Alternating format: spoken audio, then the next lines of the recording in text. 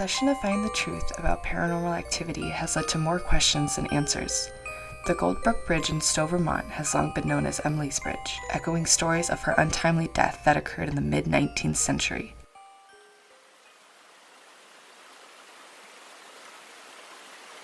Tales of her demise have been told for decades.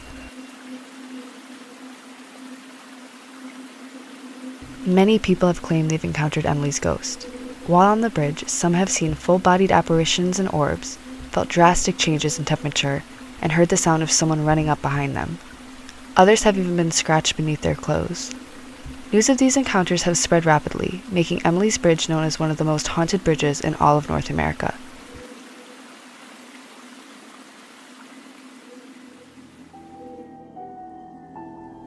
The two most popular accounts of what happened to Emily on the bridge hold both heartbreak and devastation. On the day of her wedding, Emily, dressed in red, awaited her groom at the chapel. After some time had passed, she realized he wasn't coming. Overcome with pain and humiliation, Emily rode her horse to the bridge and missed her turn, falling into the river below and crushing her head on the rocks. Another story claims that she hung herself from the rafters.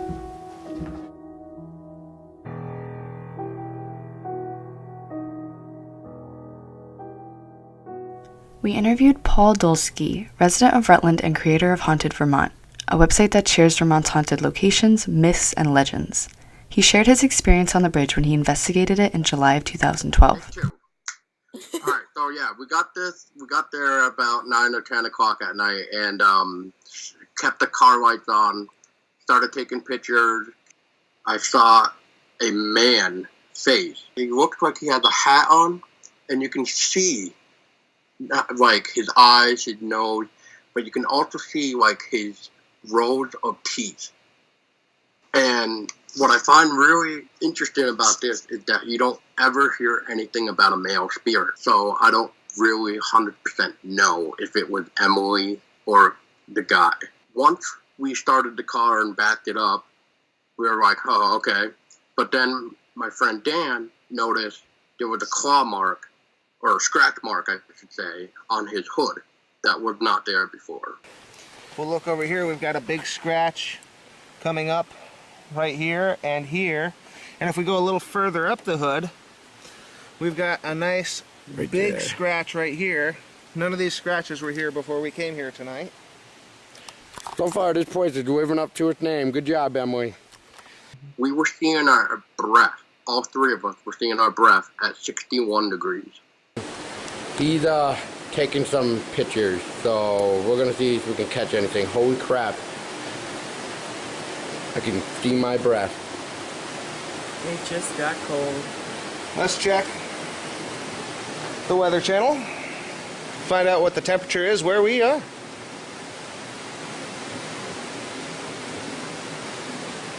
"61 degrees. And we can see our breath. 61 degrees and we can see our breath. Interesting. Supposedly, Emily's spirit is only supposed to attack male people, from what I understand. She never usually scratches female. So it was quite interesting because it was me, my friend Dan, and our friend Kelly. And she also got scratched. She started to feel like a burn in the back of her leg. And then she lifted up her pant leg and you see claw marks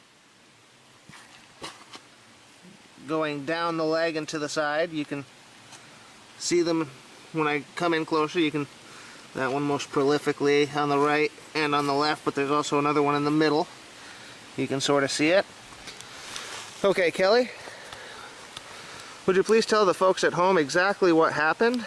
I got out of the car to take pictures of the scratches on the hood of the car, and I felt pain on the back of my leg. Now what did it feel like? Did you feel any tugging on your pants, or? I didn't feel tugging, I just felt pain. Just like an instant scratch, like it scratch pain. Like it went through the pant leg, didn't touch the pants at all, and Nope. Scratched your leg. Yep. How do you feel about this? I'm a little shook up. I started to get angry at Emily, and I started to say things like, oh, if you're gonna scratch her, you better scratch me, because otherwise I don't believe you exist. What's really interesting is while I'm taunting, even though it's a bad thing to do, don't do it. Just don't.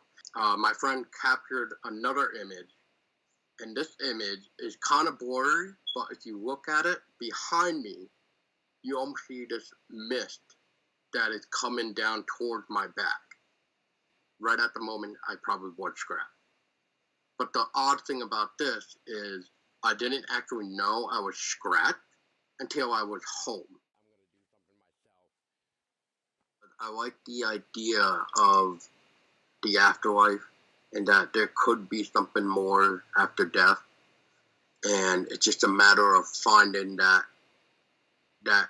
perfect evidence that really states like, okay, this is real. Like, why do people stay here after they die, kind of thing? Or is it all in our head? It all depends on me just finding that one perfect EVP or video that just flat out tells us this is it. This is what happened. And then until we get that, I guess everybody's still gonna be having that question. Emily, Emily, Emily,